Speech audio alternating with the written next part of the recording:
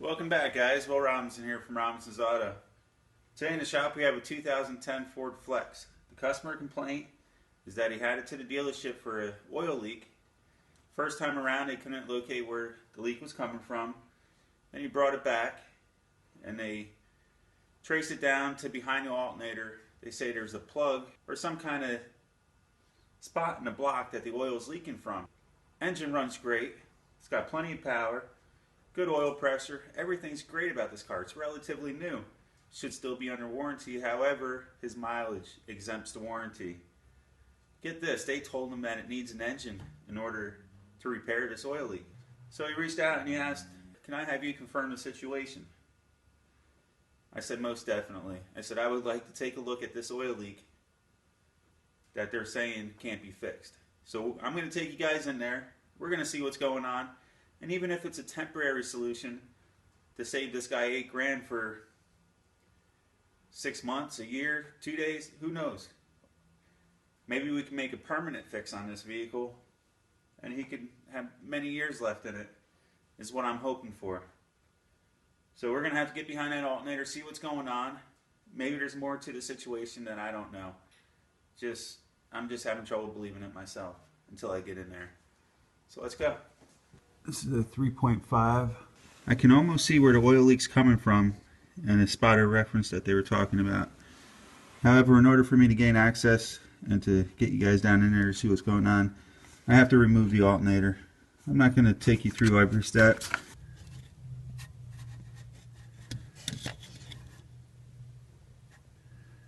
Right there.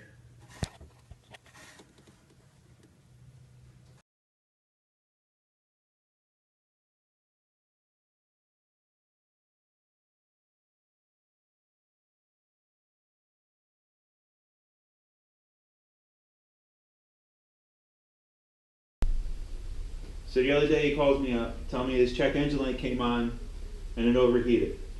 So we got it here at the shop now, and I have started taking it apart to dig in deeper, because the more I thought about it, this had a P0016, which is a crank cam correlation sync issue. This has a variable timing on it and whatnot. We'll get into that deeper as we go. However, the more I thought about it, the more it started making sense to me that maybe that was a seat hole in the front this whole time. Maybe that is something for the water pump. I won't know until I get in deeper. It's just my train of thought right now. I can't find any data on this, and there's only one way I'm going to be able to find out, and that's to get in there. The only reason I'm leaning towards that is because of the two related problems. The code popped up. Cam crank correlation. What's ran off the timing chain on this thing? The water pump. Maybe there's slack in the timing chain due to a water pump leaking. I had a loss of coolant. Where did that gallon and a half of coolant go? I don't know. But what I did notice was I was getting some milky film in the oil cap. When I pulled the dipstick out, it looked a little milky, even though the oil level wasn't high. It never overfilled the crankcase with coolant, which didn't make much sense to me. However, I had to try to relate the two: lost coolant, overheating, cam out of sync. I don't know what else it could be. I'm leaning heavily towards a bad water pump, creating all this issue from that first sign of the oil leak. I'm hoping to get in there and be able to prove this theory correct, but we won't know until later on.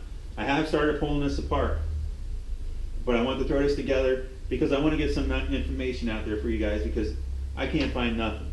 And hopefully this will help somebody else along the way too. So I'm just going to start by pulling everything apart that I had off already. Alright, to get started here, guys, it's just a regular screwdriver. You got a hose clamp here, loosen it up. And this is for your duct from your air cleaner to your throttle body. Then you got this little hose here that has this plastic retaining clip. You just pull that, pop it out. I also have this side undone because we're pulling the valve covers off as well. Once you got that removed, you're gonna have to pop this off your intake and your air cleaner. There's a little breather hose right here. Pop that off. Then we can take this out of our way. Next, I want to take and remove the upper intake plenum, just the plastic portion, so you gain access to the bank 1. That's the one we had the code with. And plus, I want to get back there, and we're going to pull both valve covers off eventually once we get to it. So you're going to take this overflow hose that runs from your thermostat housing over to your tank. Just pop that out of its clip. This wire harness is also taped back in there. The tape was pretty much off on this one, so I just pulled it, popped the tape off, loosen everything up here. There was another retaining clip for this harness, but the tape was coming off this as well, so I just let the tape come off the rest of the way. Next, right down here is a bracket that goes to your throttle body with an 8mm head retaining bolt. Pop that out. Unhook your harness from your throttle body. Unplug it. You'll see that there's a tube, vacuum tube that runs over here. I unhooked it from this side. That way this whole tube comes off with the plenum. There's another breather hose that goes to the intake. I just unhooked it right there. That way we don't have to dig in the back pulling everything apart. We could do it all from right here. Next, you want to take and remove the retaining bolts that retain the intake, the upper intake to the lower intake. There's 2, 3, 4, 5, 6. The 5 front ones are all shorter, and then you have one longer one right here. Once you got that removed, you can take and remove the upper intake plenum. Okay, now with the upper intake plenum removed, you can see I took and I shoved rags in each port. That way it keeps anything from falling down inside. Now what I found when I initially pulled that plastic plenum off was these little beads of water, coolant, that was retained somewhere in that upper intake and dripped out when I pulled it apart. You can see one of the beads that I'm referring to right there. And I tasted it, and it, you know, you probably shouldn't, but it did have a coolant taste to it. I looked over the whole upper intake plenum, and there's no coolant passages on it. So how did coolant get up into this spot, even though it was just a little bit? So I started looking deeper, and the only thing that hooks that intake, upper plenum, to anything related to the engine besides air intake is the breather tubes. And I looked inside the breather tube on the upper intake, and sure enough, you can see a little residual coolant or water. So my theory is that it's evaporating off, coming up into the intake, and being burned off. And you're going to have to go this far if you ever do a tune-up on one of these. You're going to have to pull this plenum off just to get to the back cylinders. But just like the back, this front one here, you're going to unplug all your harness. You'll see that originally they have these red clips on them. A lot of times they break off, but you just pop them back, push them in, pull them out. You got 8mm retainers, and you're going to have to pull them out front and back.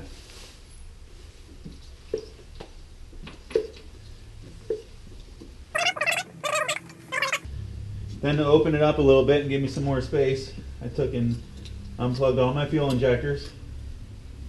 So we'll push in clips.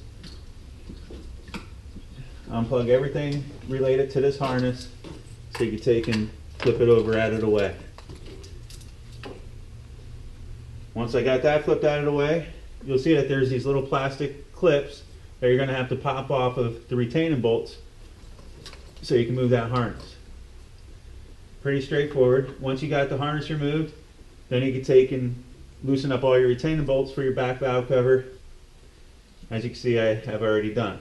They're 10mm, and there's 1, 2, 3, 4, 5,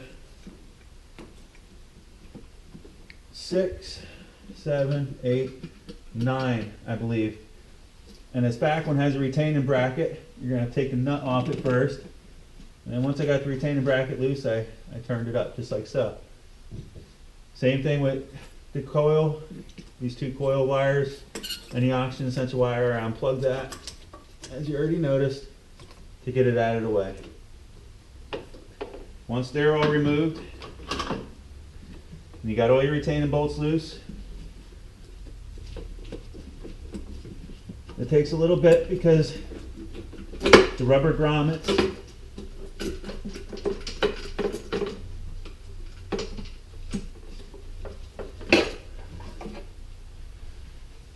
especially the control valve over here, this rubber grommet is pretty tight coming off it. There's 9 retaining bolts. I almost missed this one in the very beginning when I was pulling it apart, and it was fighting me coming off until I realized this one was there. Okay, there's a whole theory behind my madness. Is because I wanted to gain access to the timing chains to see if I felt any extra play in it, and I really didn't feel too much in the back. However, I also want to get an inspection camera down in there and see if I could see if the water pump is leaking before I dig too deep. A little disappointed in Ford on this one because of how much you got to go through just to change the water pump. Say if this is the case, the water pump is ran off the timing chain. It's almost a 10-hour job to change the water pump on this vehicle. So same thing with the bank 2. That's bank 1 in the back. In case you're wondering, bank 1, bank 2. Same thing as the back. Harnesses were removed, clips are pulled off the retaining bolts. All 9 retaining bolts are loose, ready to come off.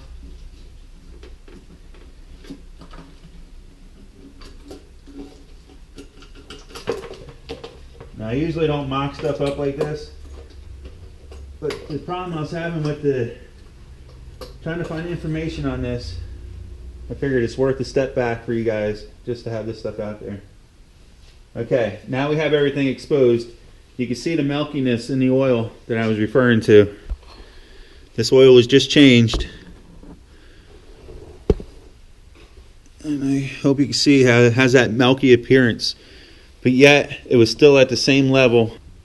I had already pulled the dipstick out. I'll just say I filled it up to the top mark.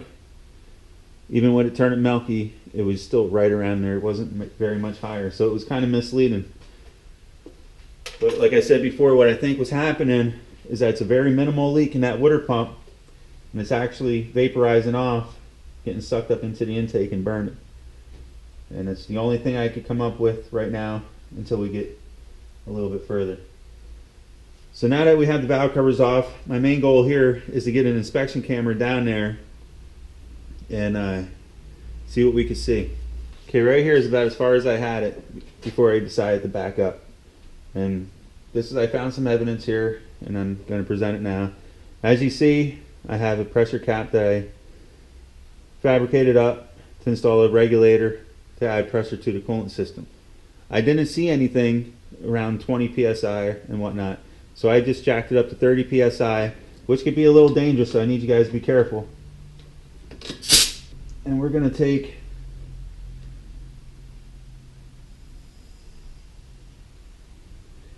and jack this up to 30 once again.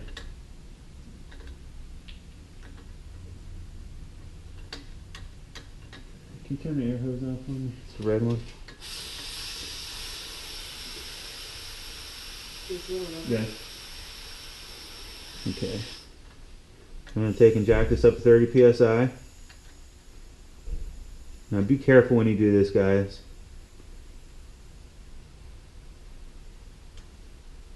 It is kind of high for the coolant system. Okay, we're at 30. I'm going to isolate everything.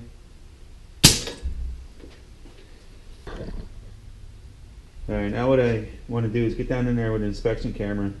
Prior to pulling everything apart, I want to gain some evidence so I can give the customer a proper quote and give myself a peace of mind, know I'm going in the right direction. Okay, as you see right there, that's the gear that drives the water pump. And I looked all over the top side. I don't really see anything.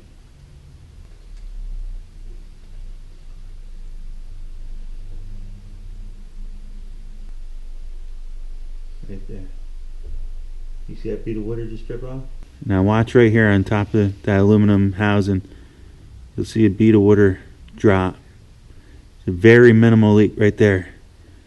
You'll watch it run down the housing in a second. See it running down the crank? Right there?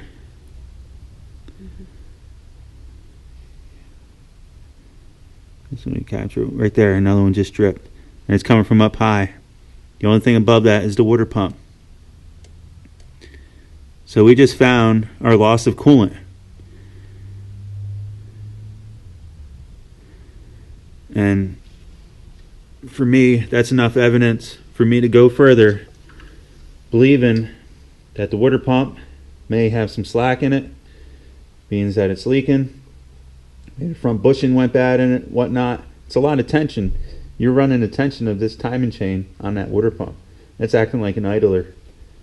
So my feeling is front bushing, or bushing's going bad, or just a seal in the water pump, getting coolant in the oil, contaminating the oil, possibly messing up our variable timing mechanism, or the water pump has enough slack in it that it's throwing our correlation off, our sync off on the crank to cam because of the extra play in the timing chain. Alright, so what I did next, I jacked the vehicle up, placed it on a jack stand, and then I removed this dust cover from the side. There's a few retaining bolts, and the rest of them are plastic clips. It's pretty straightforward. So just remove that cover, which is right there, and of course the wheel. All right, so let's remove the accessory belts. Okay, to remove the alternator and AC accessory belt looks pretty straightforward. We have an automatic tensioner. Looks like it takes a 3/8 ratchet. We're going to take and pull the tension out of that and remove the belt. Okay, now we have the belt off the AC and alternator. You come back here underneath, you'll see the power steering belt. I don't see any kind of a slack adjustment on it. It goes around the harmonic balancer, around the power steering pump. It looks like the power steering pump bolts directly to the timing cover. So you only have two options: pop the harmonic balancer off with a puller, or unbolt the whole power steering pump. I mean, I don't know, no comment. I'm going to take the 4 retaining bolts out of the power steering pump because we got to leave that in the vehicle. So that's the route I'm taking. Alright, next, I like making room as much as possible. So I'm going to take and remove the tensioner. As you can see, I already got the 3 retaining bolts broke loose and almost out. 1, 2, 3, they're 8mm. Okay, now I'm just going to start opening everything up. So I'm going to take and remove this overflow tube going to the canister. I'm going to flop that out of the way. Next, I'm going to take and remove this ground wire. Looks like an 8mm. I popped this retaining clip out of the bracket for this harness. So once I move this ground strap, I could take and put that out of the way. I took and removed the harmonic balancer. And how I did that was simply with a 3-arm puller, like you see here, and using the same retainer bolt to push against. However, just remove the washer first and use that to push against with the puller. And the bolt head actually fits through the inner diameter, so that's good. Before removing that, though, you got to take and line up the timing marks by turning the engine clockwise. Now, if you look here on the cam gear, there's a dot. Now, originally, the chain would have painted marks, a painted link on each side corresponding where the timing marks go. So, like I said, there's an orange mark here, and over on that one where that dot is, there would be an orange mark, and I believe it's a yellow one down on the crank. However, in order to try to line them up again, you'd be there all day. Take a lot of revolutions unless you're really lucky. If you get that lucky, that's the best way to do it.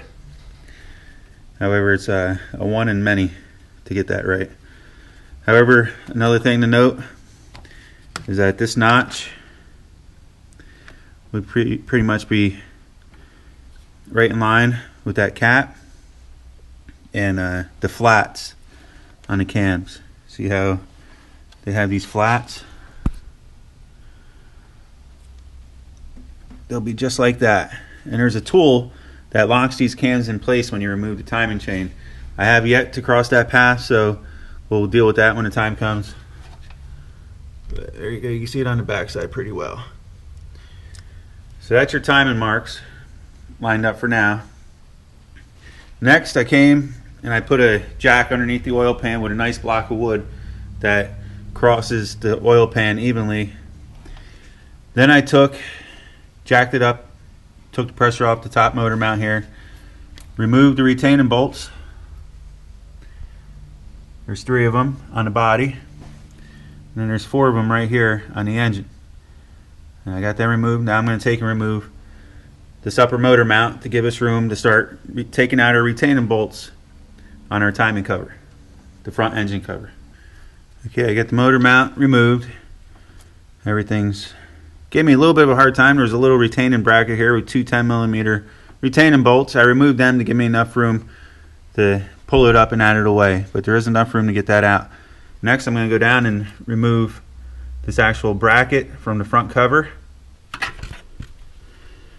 See the retaining bolts up there? But pretty straightforward.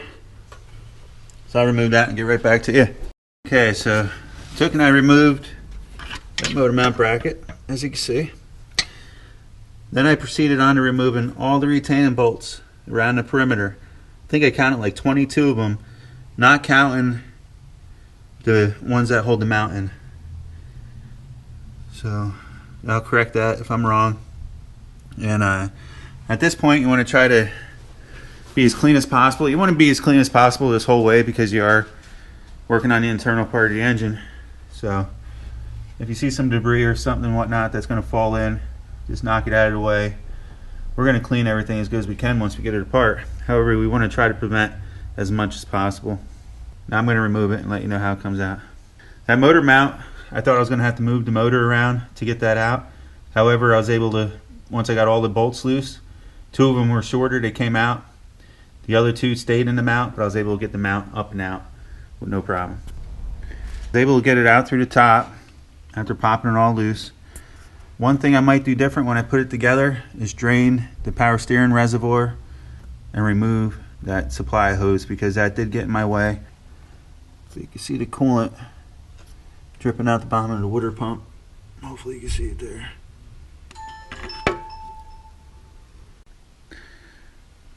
Okay, so what I did next is I took off the variable timing mechanisms. Come over here. You'll see there's 3 retainers on each one. As soon as you take them off, you can just slide it out. Okay, back underneath. What I'm going to do next is remove the retaining bolts from that side guide. And I'm going to come over here and remove the tensioner.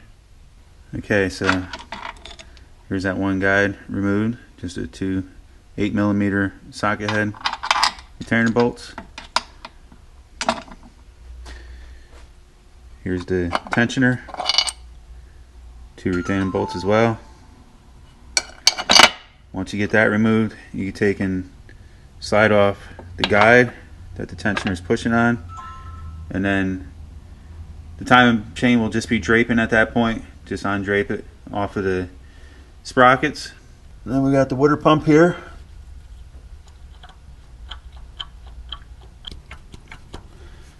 Man, it's definitely the problem. However, as you can see, the bushing's right out of it.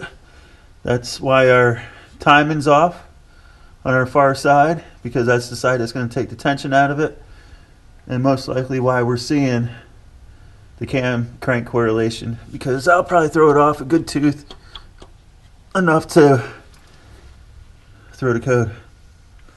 Okay, here's a shot from up top. In order to remove the water pump, we're going to have to remove the 2 guides. This one here has 2 8mm retainers on it. Come over to this one. Same thing. Okay, I'm draining the coolant. Just going to pop this top up give us a little extra flow. Even though it was breathing out that top air fitting. I'll take you underneath and show you what's going on. I know I've shown this in the past, however I'll demonstrate it again. Right there's the pepcock for the radiator. You can see what I do. I take a piece of hose and I run it into a jug and I loosen up the pepcock. Try to prevent as much mess as possible. So I got it draining. For now, in order for me to get that top retainer on that guide, I got to remove the cam sprocket. However, I want to get the water pump off and get everything in there so I could do some inspection to why it wasn't leaking out the weep hole and whatnot, and why we had oil leaking out the weep hole. So before I don't want to go putting too much time into it and money until I really know what's going on. However, we're going to take and start removing all the retaining bolts around the perimeter of the water pump. 8mm socket and ratchet, and let's do it to it.